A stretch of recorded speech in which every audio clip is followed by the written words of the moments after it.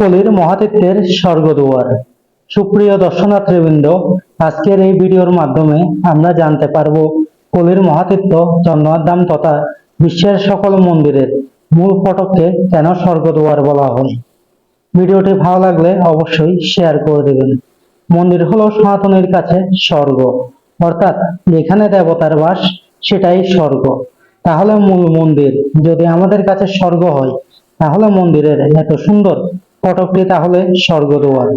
আর আমরা এত ভাগ্যবান যে জীবনকালে মন্দির দর্শন অর্থাৎ স্বর্গ দর্শন বা স্বর্গদুয়ার দর্শন করছি।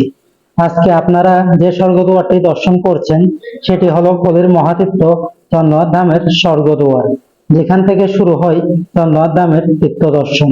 অপরূপ কারুকার্য সৌন্দর্যে এই ফটক বা স্বর্গদুয়ারের দর্শনে প্রাণটা জুড়িয়ে যায়।